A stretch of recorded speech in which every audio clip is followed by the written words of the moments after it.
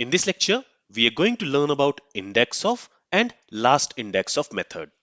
So we already know that a string in JavaScript is a sequence of characters. Each character in a string is positioned at an index, and the index in a string also starts from 0, just like an array. So if I go to VS Code, here I have a string called str, and let's say if I want to get a character from this string at a given index, for example, I want to get the character from this str string at index 10, this expression here, it is going to return me the character in this str string at index 10. So if I go ahead and if I log it in the console and if I save the changes, you will see that here it has returned us a space. So at index 10, we have a space. If I say return me the character at index 11, this will return us the character in this str string at index 11. In this case, it should return us this capital letter J. If I save the changes, you will see that has been returned. If I pass 0 here, and if I save the changes, it should return us the first character from that str string, which is H. So that has been returned here. So always remember that a string is nothing but a sequence of characters. And we can access the characters of a string by using its index. Now let's talk about indexOf method and lastIndexOf method. So let me go ahead and let me comment this console.log statement here. The indexOf method returns the first index at which a given element can be found in the string or an array. And if a character is not found on any index, in that case it will return -1. So to this indexOf method, we can either pass a word or we can also pass character. And this indexOf method is going to return us the index of the character in that string, or it will return us the index of the word from where it starts. So for example, when we are searching for the index of this word hello, it is going to return us the index from where this word starts. That means it is going to return us the index of this character H, because from here this word starts. Let's see this in action. So I'll uncomment this console.log statement again, and what I want is I want to find the index of a word. So on the str string, I'm going to call this indexOf method, and to this indexOf method we need to pass a character or a word. First, let me go ahead and let me pass a character. Here, I'm going to pass capital H. So this indexOf method, it is going to return us the index of the first occurrence of this character H. In this case, the first occurrence of this character H is this first character. So this indexOf method will return us the index of this uppercase H, because this is the first occurrence. If I save the changes, you will see that it has returned us 0. If I pass J here, capital J, in this case, it will return us the index of this capital letter J. If I save the changes, it has returned us the index of that capital letter J. If I pass lowercase j here, in this string, we do not have any character which is lowercase j. And indexOf method is case sensitive. So when it will try to search for this lowercase j in this str string, it will not find it, and in that case it will return us -1. So if a character is not found in a string, the indexOf method will return -1. And indexOf method is case sensitive. So when we are passing lowercase j, it will search for this lowercase j in this string. Just like character, we can also pass a word. So for example, here if I pass hello, in this case, this indexOf method is going to return us the index from where this word starts. In this str string, this word starts from index 0, because this H, the first character of this word hello, it is at index 0. So if I save the changes, you will see it has returned us 0. If I pass from here and if I save the changes, it will return us the index from where this word starts. Basically the index of this lowercase f in this string. So this is present at index 6. This is the 7th character in this string. So it will be at index 6, and that has been returned here. So using indexOf method, you can find the index of a character in a string, or the index of a word from a string. Now, this index of method, it will always return you the index of the first occurrence of a character or the first occurrence of a word. So for example, in this str string, we have this hello twice. So if I pass hello here, it will return us the index of first occurrence of this word hello. If I save the changes, it has returned us 0. So this word hello starts from index 0. So it has returned us the index of that word. It has not returned us the index of this second hello. Now we have already seen that we can also use this index of method on an array. So let me go and let me write a console.log statement. And in there, what I'm going to do is on this arr array, I'm going to call index of method.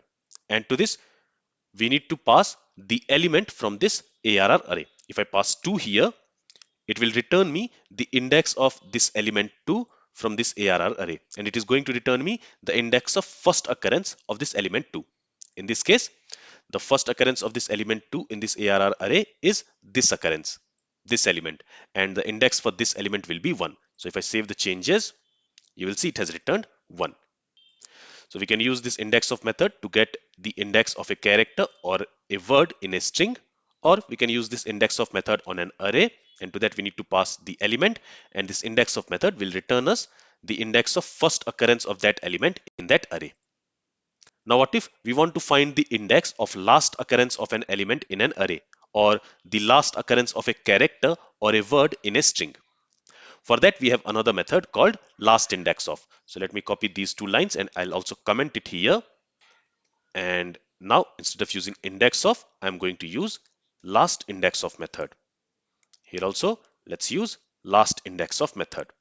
So here, this expression will return us the index of the last occurrence of this word hello. In this case, it is going to return us the index of this word. Basically, it is going to return us the starting index, that means the index of this h from this string. And when we are using this last index of on this arr, and there we are passing the element as 2, it is going to return us the index of last occurrence of this element 2. And in this array, the last occurrence of this element 2 is this one. So this index of method will return us the index of this element 2. If I save the changes, you will see that this word hello, it starts from index 23. This h is at index 23. So that has been returned here. And this last occurrence of this element 2, it is the sixth element. So its index will be 5. And that has been returned by this last index of method. And here if I pass h, in that case, this last index of method is going to return us the index of last occurrence of this character h. This character uppercase h. And again, that is this character in this string. So it should again return us 23, as you can see. So this is the use of index of and last index of method. Now to this index of method and last index of method, we can also pass a second optional argument. So what I'll do is, let me again copy these two console.log statements and I'll comment it, and let me paste it here. And on the str, first I'm going to call index of method, and I'm also going to call last index of method. And now here, as the second argument, we can also specify the index from where this index of method should start searching. By default, it will start searching from beginning, from index 0. But we can also specify a second argument. For example, let's say we want this index of method to start searching from index 6. In that case, if I save the changes here, you will see that it has returned us 23. It has not returned us the index of this h. Instead, it has returned us the index of this h. That's because now the search has started from index 6. So the search has started from here. And from here, the first occurrence of the character h is this one. So the index of that has been returned. In the same way, for the last index of also, we can specify a second argument, which is the index from where we want to start searching. So for example, here also, let me pass 6, and here let's specify a character. Maybe let's specify this lowercase f, and if I save the changes, you will see that it has returned us 6. If I pass 7 here, since this last index of method, it is going to search from backward direction. So when we are specifying 7 from the backward direction, it is going to skip the characters till index 6, and then it will start searching from index 7 from backward direction. So from the end, it is going to skip these 7 characters. So basically it is going to skip these characters, and then it will start searching for the last occurrence of this character f in the remaining string, in this string. So here if I specify w, since w will be skipped, the 7 characters will be skipped, and when it is going to skip the 7 characters, this w will also get skipped, and in that case, if I save the changes, you will see that it has returned -1, because after skipping these many characters from here, we do not have any w in this string. So that's why this last index of has returned -1. So this second argument of this index of and last index of is optional, but if you want to skip some characters or some words from a string and then start searching, then you can also specify that second argument. So the last index of method returns the last index at which a given element can be found in the string or array. And if an element is not found, if a character or a word is not found in the string, or if an element is not found in an array, in that case, this last index of method will also return -1. And it searches from backward direction, from the end of the string or an array. Now, let's see a simple practical use case of the index of method and last index of method. So let me go ahead and let me comment these two lines. And let's say we have an array. So let me create an array, and I'm going to call this array as names, and let's create an array of names. Okay, so here we have an array of names. Now what I want is, I want to create a function, and I'm going to call this function as remove element. Okay, and this function, it is going to take a parameter. I'm going to call it as name. And when this function is called, so when we are going to call this function, we need to pass a value for the name parameter. Let's say I'm passing Steve here. So what this function should do is, it should remove this element which we are passing for this name parameter from this names array. And if the element which we are passing, if it is not present, it should log a message saying that this name is not present in the names array, something like that. So here what we are going to do is, we are going to make use of the index of method. So here first I'll create a variable. I'll call it as index. You can name it anything. And we want to get the index of the element which we are receiving for the name parameter. So for that, on the names array, I'm going to call the index of method. And to this, I'm going to pass the value which we are going to receive for this name parameter. And this will return us the index of the value which we have passed for this name parameter. If I go ahead and if I log it in the console, if I save the changes, it has returned us 1 because Steve is present at second position. So the index here will be 1, and that has been returned here. Now, once we have received the index of the name which we want to delete, what we are going to do is, we are going to use the splice method. So now on the names array, I'm going to call the splice method, and we know that the splice method is used to remove elements from an array. So to this splice method, we need to pass the index of the element which we want to remove. Here I want to remove the element at this index which we have received from this index of method, and from there we want to remove a single element. So I'm going to pass 1.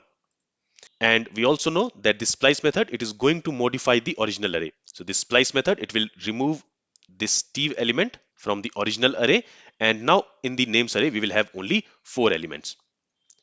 So after calling this remove element method, let's go ahead and let's log the names array.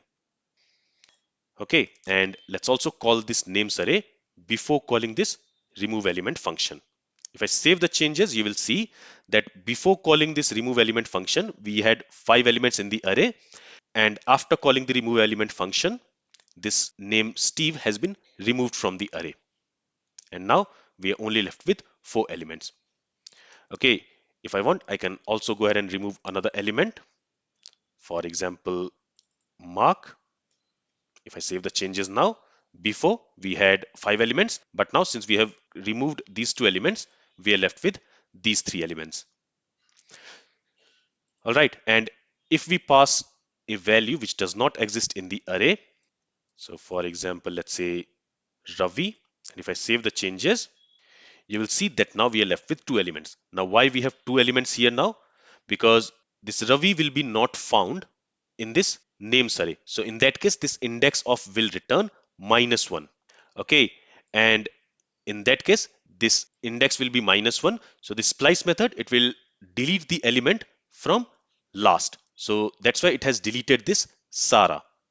So we want to avoid that. So here, before deleting the element, we are going to check if index is greater than or equal to 0, then only we want to delete the element. So I'll put this line inside this if statement. If the index is -1, in that case, we don't want to proceed with delete. And in the else condition, let's log a message in the console. Let's simply say name not found. Let's save the changes, and you will see that when we are calling Steve, it has deleted Steve, it has deleted Mark, you will not see in that array. And when we tried to delete Ravi, since this element was not found, this index of will return -1, the else block has been executed. And there we are logging this message, name not found. Okay. And if you have, let's say, duplicate elements in the names array, let's say if I have John 2 times and I want to delete the last occurrence of the element which we are passing for this name parameter, instead of index of, we can use lastIndexOf.